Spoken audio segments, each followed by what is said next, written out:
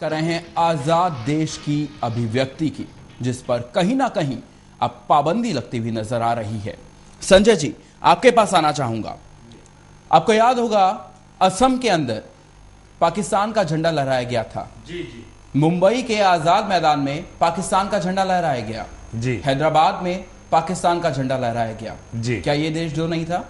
बिल्कुल देशद्रोह है। और मैं ये भी कहना चाहूंगा कि उनमें से किसी भी मामले में देशद्रोह का मामला किसी भी राज्य सरकार ने दर्ज नहीं किया। जी। ये पूरी तरह से जातिवाद की राजनीति हो रही है, मुस्लिम वोट बैंक की राजनीति हो रही है और सरकार पूरी तरह से हिंदू विरुद्ध राजनीति कर रही है। जी।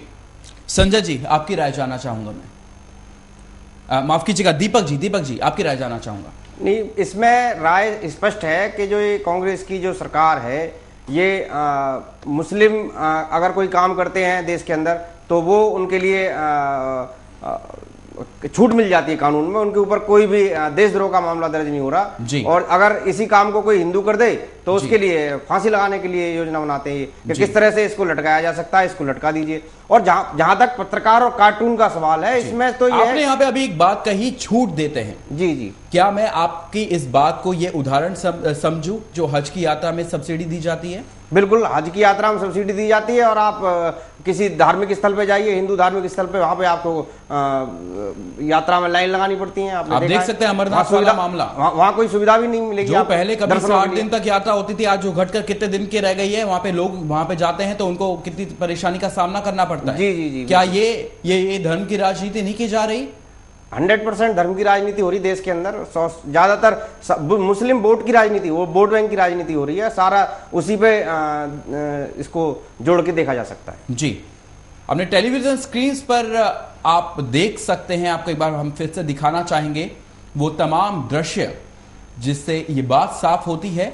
देखिए, सानिया मिर्जा, ये MF हुसैन द्वारा बनाई गई भारत माता की नंगी तस्वीर हम आपके सामने पेश कर रहे हैं। आजाद देश में अभिव्यक्ति पर पाबंदी क्यों है? और एक कुछ लोगों पर ही यह पाबंदी दिखाई देती है, अब ऐसा लगने लगा है। प्रधानमंत्री मनमोहन सिंह जिस तोले पर वो अपना सर रख करके आराम करते हैं, उसके पीछे अशोक चक्र था।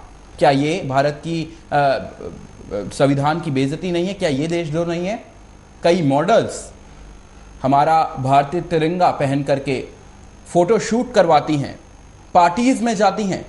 क्या ये भारत माता की अवमानना नहीं होगी? क्या ये तिरंगे का अपमान कई जगह मैंने खुद देखा है होते हुए। तिरंगे को इस तरह से अपमानित किया जाता है। उसको फिल्म स्टार्स या जो शाहरुख खान का ताजा उदाहरण ले सकते हैं। करंट शाहरुख खान का भी उदाहरण है। अभी उनकी कोई मॉडल्स ने वो तिरंगे वगैरह को जी, और उससे पहले भी जब वो मैच जीते थे तो उस खुशी में वो इस कदर डूब गए, इस कदर दीवाने हो गए कि झंडे को उल्टा लिए वो चल रहे थे। जी।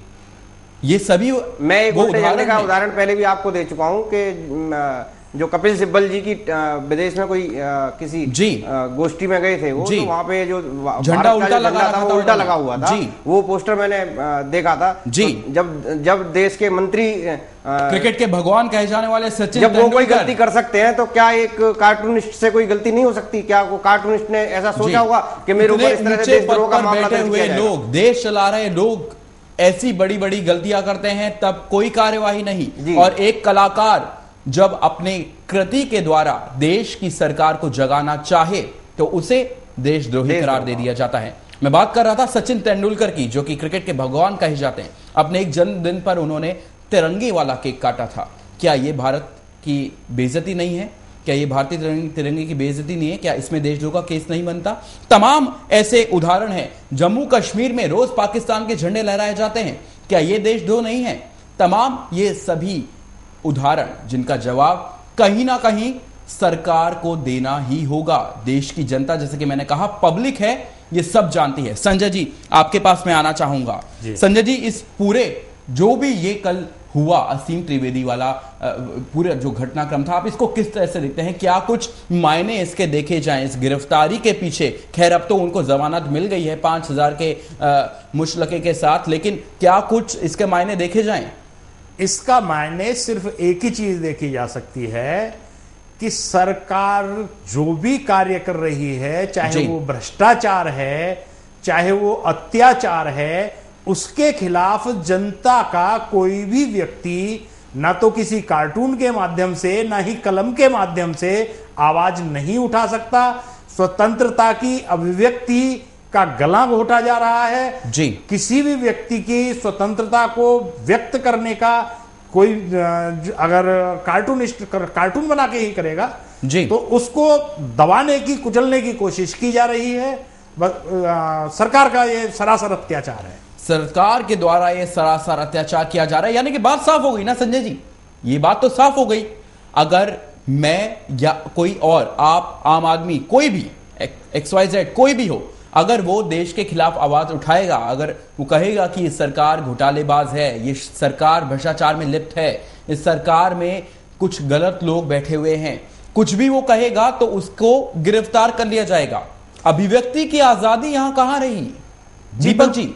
बिल्कुल, मैं भी यही कहना चाहता हूं कि इस देश के अंदर जो पिछले घटनाक्रम चल रहे हैं, कुछ घटनाक्रम इस तरह से सामने आ रहे हैं और जिसमें करंट ये त्रिवेदी जी वाला आया है, तो इस तरह से तो देश के अंदर क्या होगा, कैसे लोग डर के फेसबुक पे, पीछे आपने देखा फेसबुक पे जो लोग अपने अकाउंट चला रहे हैं उनके अकाउंट ब्लॉक कर दिए, ट्विटर पे अकाउंट ब्लॉक हो गए जी। अब से तो कुछ समय पहले 310 अकाउंट्स भी ब्लॉक किए गए थे आरएसएस के, उसमें सबसे ज्यादा अकाउंट्स थे जिन्हें ब्लॉक किया गया। इस तरह से केरल के कई पत्रकारों के ब्लॉक्स किए गए अकाउंट। तो ये सब कुछ अभिव्यक्ति की हत्या हुई ना। जी जी जी, यही मैं कहना चाहता हूं कि इस तरह से जो काम सरकार कर रही है, इससे देश के अंदर एक गलत मैसेज जा रहा है, इससे देश के लोगों में एक गलत मैसेज जा रहा है कि किस तरह से वो क्या स्वतंत्र नहीं है कुछ कहने के लिए जी, उसकी बात पकड़ ली जाती है। यानी कि अब बात ही खत्म हो गई, अब बात ही खत्म हो गई। अगर पेट्रोल के दाम बढ़ते हैं तो आप चुप रहिए, रसोई गैस के दाम बढ़ते हैं तो आप चुप रहिए, अगर डीजल के दाम बढ़ेंगे तो आपको बिल्कुल खामोश रहना है,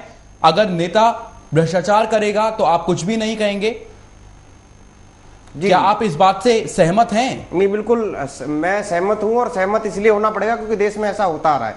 और इस तरह से एक स्वतंत्र पत्रकार के ऊपर एक अभिव्यक्ति नहीं कर सकता अगर एक कार्टूनिस्ट, तो उसके लिए तो ये बहुत ज्यादा फंसने वाली स्थिति उत्पन्न हो जाती है कि वो क्या करेगा। अगर वो कार्टून नहीं बनाएगा तो करेगा क्या, वो किस तरह से अपनी अभिव्यक्ति को व्यक्त करेगा वो जी। सबसे बड़ी बात तो ये है कि असीम त्रिवेदी जी ने जो अपनी संस्था रजिस्टर्ड करवाई है जी, वो भी कार्टून अगेंस्ट करप्शन इसी नाम से करवाई है। बिल्कुल, ये आपने यहां बहुत अच्छा पॉइंट उठाया। सेव योर वॉइस, यही उसका टाइटल है जी।